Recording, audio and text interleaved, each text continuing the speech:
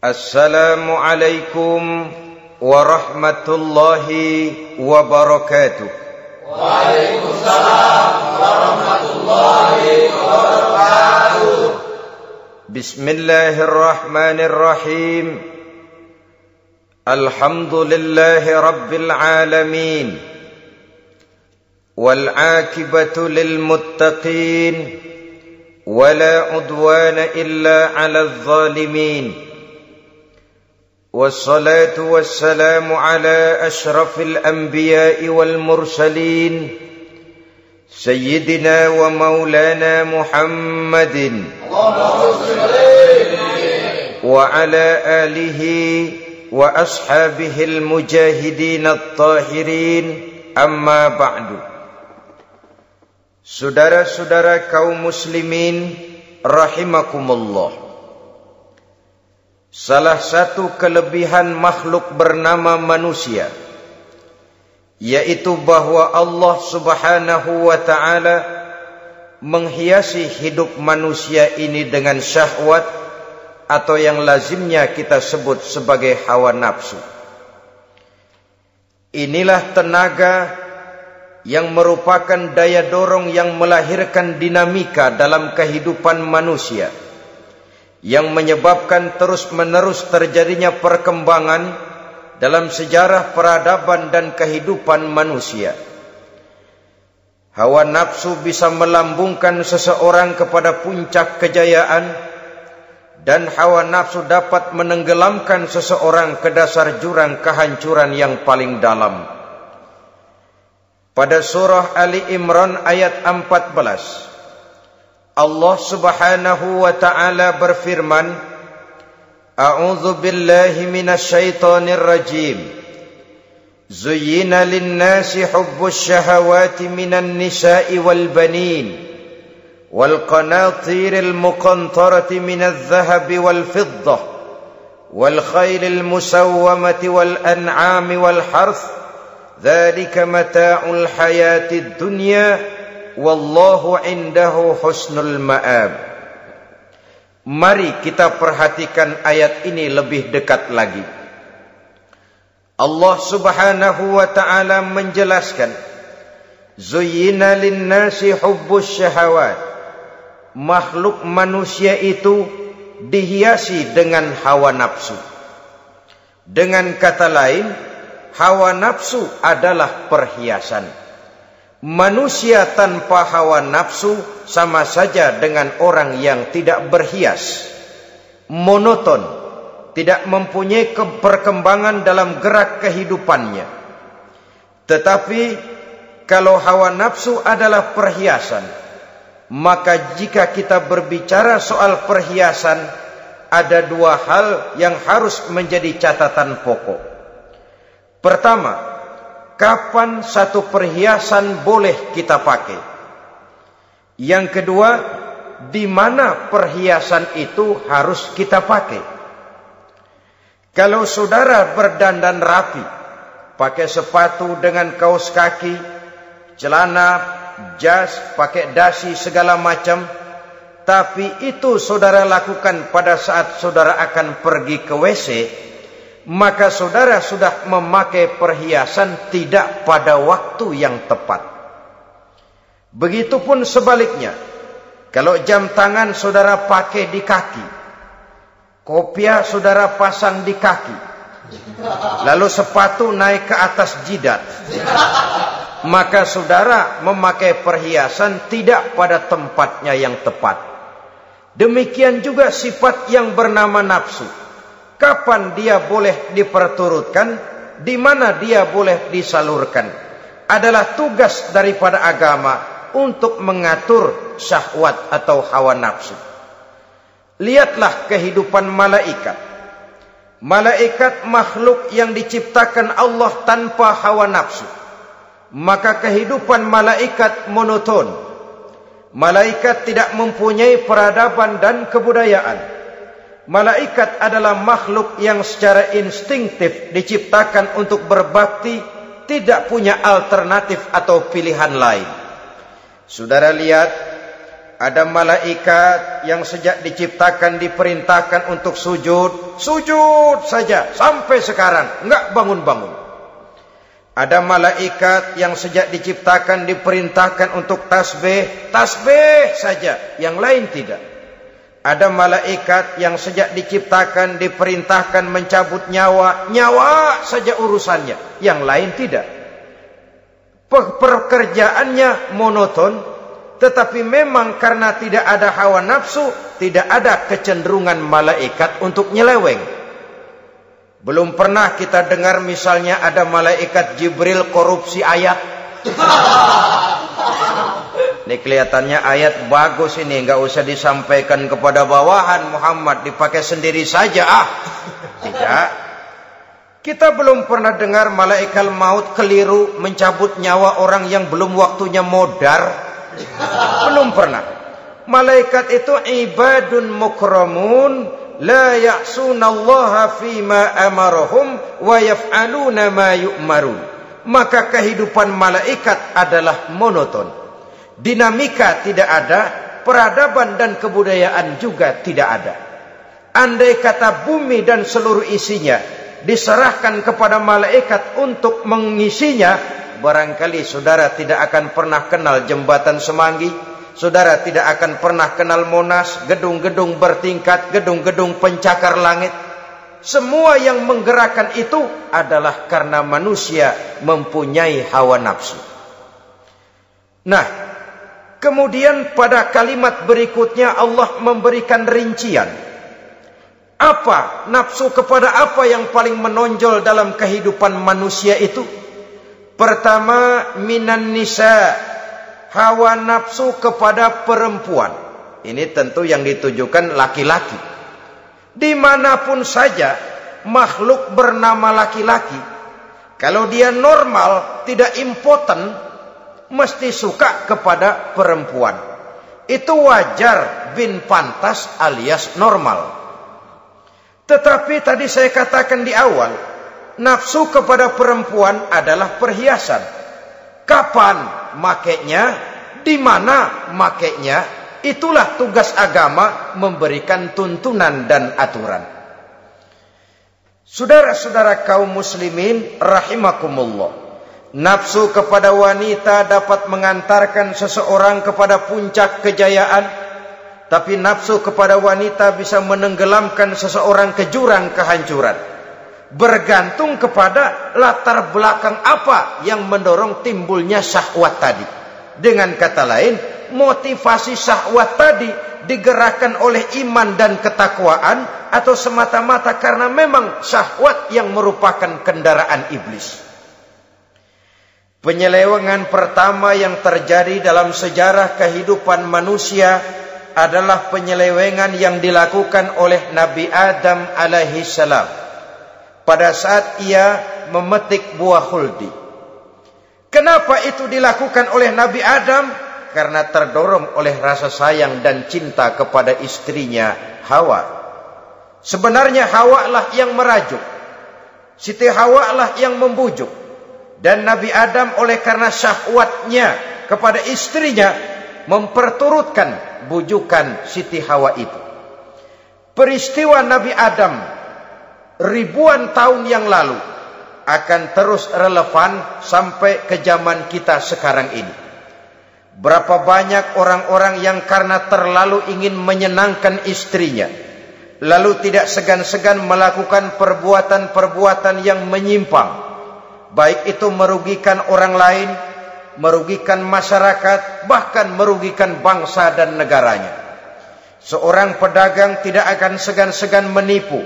Sebaliknya pun begitu. Tidak jarang wanita di dalam kelemahannya bisa menenggelamkan dunia.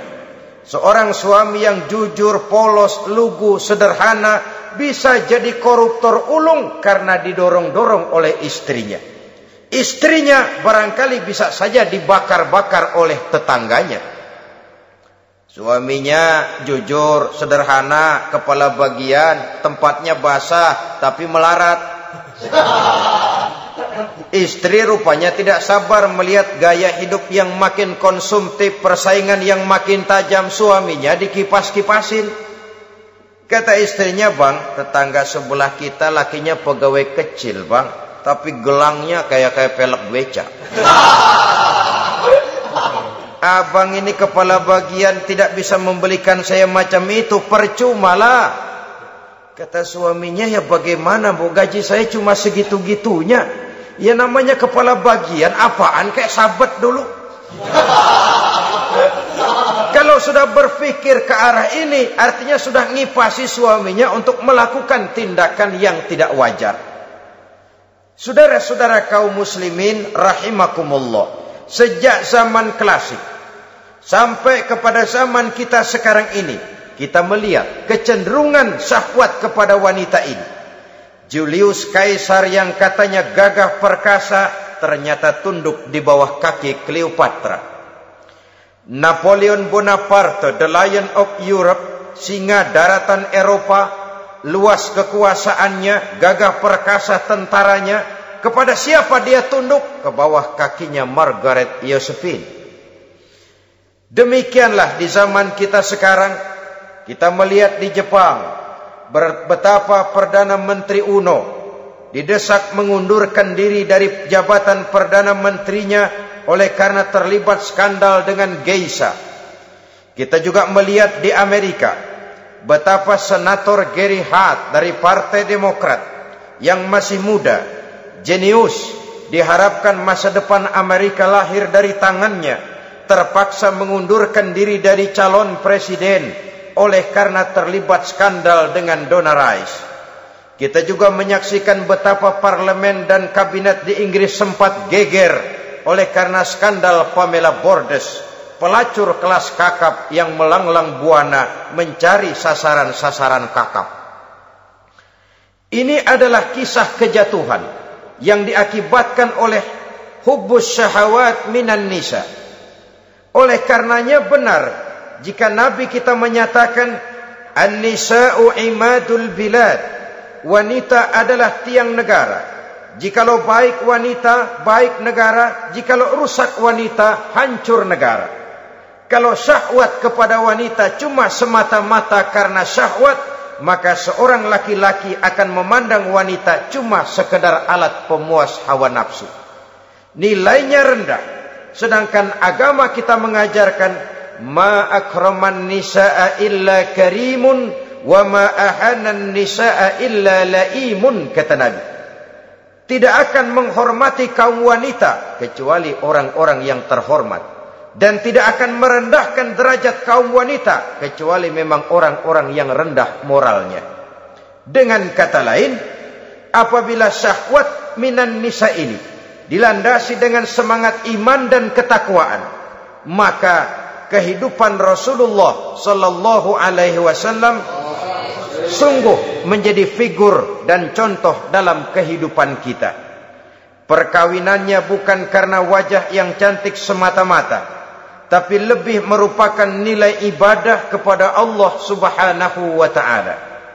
Dengan demikian, kecenderungan kepada hubbus syahawat minan nisa dikontrol oleh nilai iman. Barometernya, tolok ukurnya adalah iman. Di zaman sekarang banyak kasus kawin campur yang pada akhirnya akan membingungkan kita sendiri. Padahal Al-Quran secara jelas dan tegas memberikan bimbingan. Orang itu kalau sudah, kata Imam Syafi'i, wa ainur ridha an kulli aibin kalilatun kama anna aina sukhti tubdil masawiya. Mata kalau dibalut cinta dia buta terhadap nista, tapi mata kalau dibalut benci hanya melihat yang keji-keji saja. Biasanya cinta kepada wanita memang bisa menimbulkan dorongan yang positif, tapi juga bisa membuat seseorang buta sama sekali. Dorongan yang positif paling kurang dari segi penampilan. Coba lihat lelaki kalau lagi demen perempuan, lenjeh banget kan. Sisiran rambutnya rapi, triskaan bajunya lancip, sepatunya mengkilat, kantong celananya tebel, perkara anduk isinya bukan soal. Yang penting kan gaya.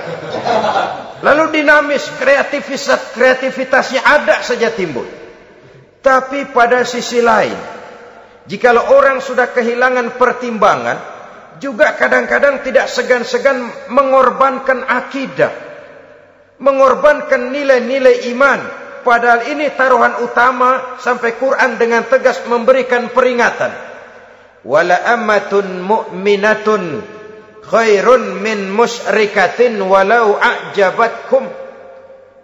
Perempuan budak yang hitam legam, kalau beriman, itu lebih baik untuk dinikahi daripada wanita cantik berkulit kuning langsat tapi musyrik.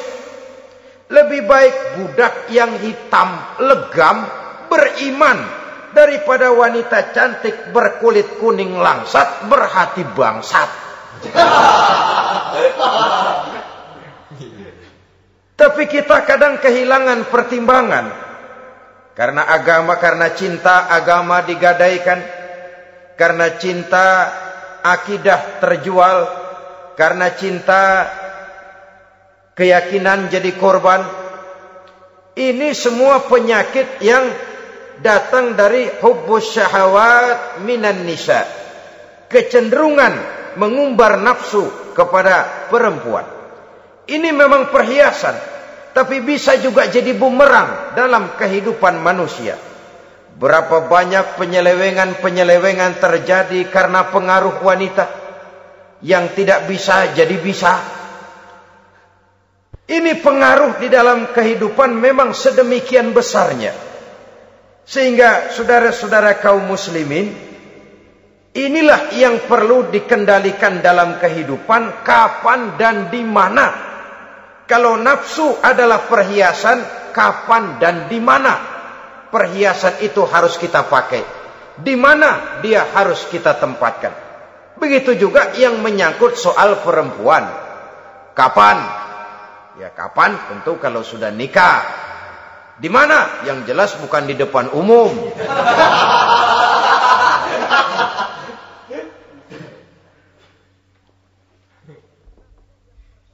Ini nafsu yang pertama, minan nisa.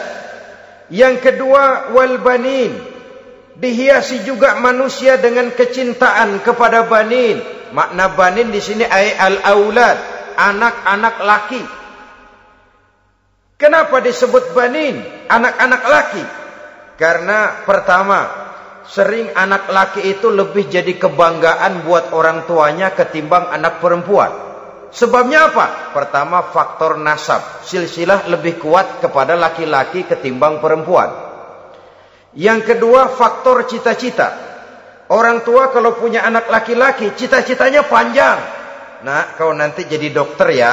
Nak, jadi insinyur ya. Nak, jadi pilot ya. Nak, jadi pengusaha ya. Nak, jadi presiden ya. Tapi kalau dia punya anak perempuan, paling, ya nak, mudah-mudahan nanti kamu dapat jodoh orang baik nak. Dapat jodoh orang soleh. Saudara-saudara, yang ketiga, anak perempuan itu kalau sudah berkeluarga biasanya pindah kepada lingkungan keluarga lain. Sehingga orang berkata, punya anak perempuan banyak sebenarnya seperti agen. Artinya ada yang mau bawa, kan begitu. Ada yang minta, ambil. Ada yang berminat, buntel. Paling dia nengokin orang tuanya ya lebaran. Ya syukur kalau sebulan sekali atau seminggu sekali. Tapi minimnya kan lebaran. Dengan demikian dari garis nasab ini lebih kuat al-banin ketimbang al-banat.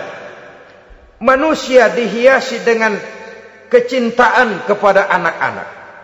Sering karena terlalu cinta kepada anak, kita menjerumuskan anak.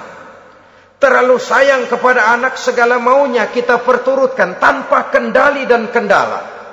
Akhirnya sifat yang demikian itu malah mendorong anak untuk manja, tidak percaya kepada kemampuan yang dimilikinya, selalu mengandalkan kepada kebesaran, kemampuan daripada orang-orang yang dibanggakannya itu. Dan dalam kondisi demikian, kedewasaan dan tanggung jawabnya akan lambat berkembang.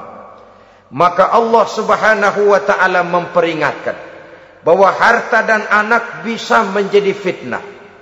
Dalam ayat lain Allah juga memperingatkan, ya ayyuhalladzina amanu la tulhikum amwalukum wa auladukum an dzikrillah.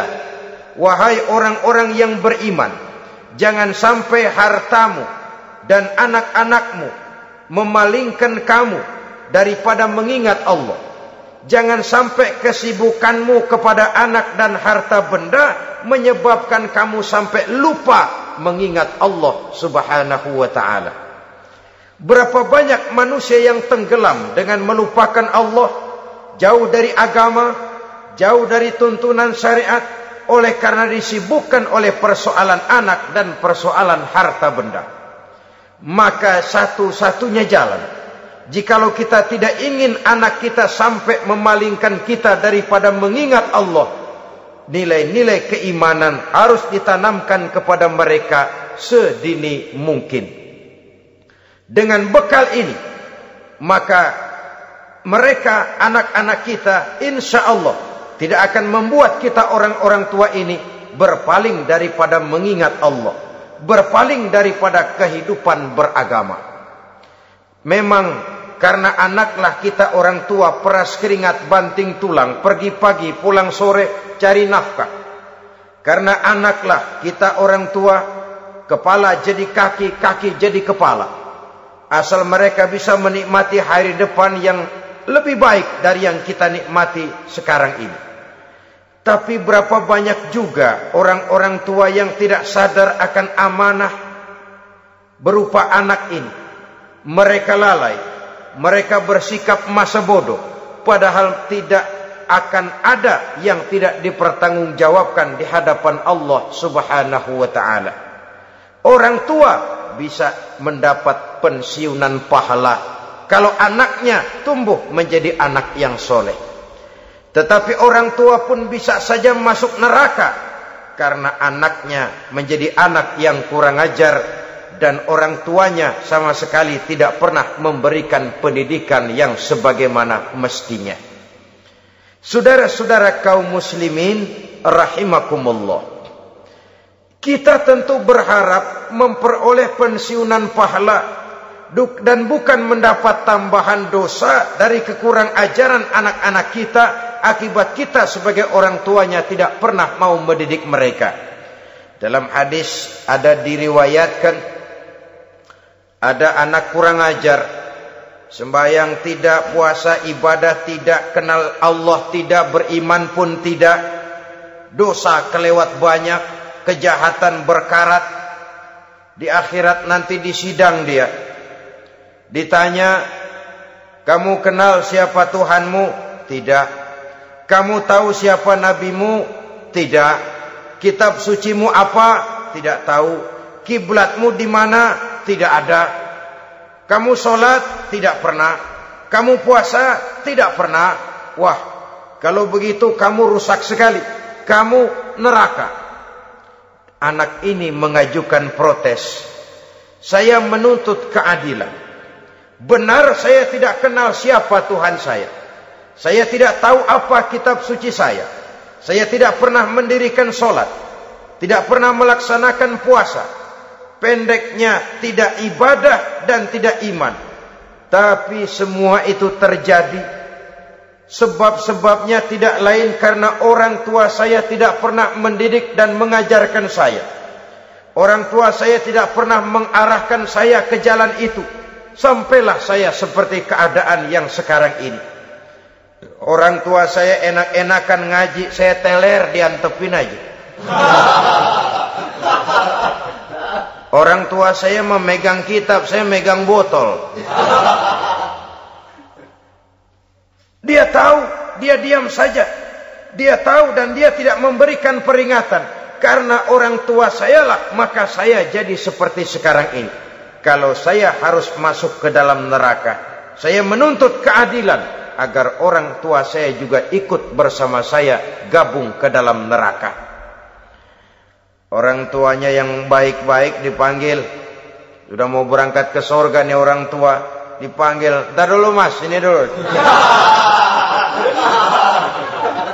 Mau kemana, gancang banget? Surga pak. Nanti dulu, urusan belum beres. Ini benar anakmu ini? Dilihat anaknya. Iya anak saya ini. Waktu di dunia nggak pernah diajarin ngaji, nggak pernah. Sampai dia nggak kenal Tuhannya, nggak kenal nabinya, nggak kenal kiblatnya, nggak kenal kitabnya. Iya. Dia sembahyang, kamu dia nggak sholat, kamu diemin aja. Iya kali. Kenapa pakai kali? Yang benar ngomong. Ramadan dia nggak puasa, kamu nggak tegur, kamu diam saja. Iya. Wah, kamu nggak tanggung jawab. Kamu tahu anak itu adalah amanah. Menyia-nyiakan amanah adalah khianat. Khianat adalah dosa besar. Jadi bagaimana saya? Ya kamu gabung sama anakmu, join ke neraka berdua bareng. Lantaran kamu tidak mau mendidik mereka, anak-anakmu, maka jadilah anak-anakmu seperti sekarang ini. Saudara-saudara kaum muslimin rahimakumullah.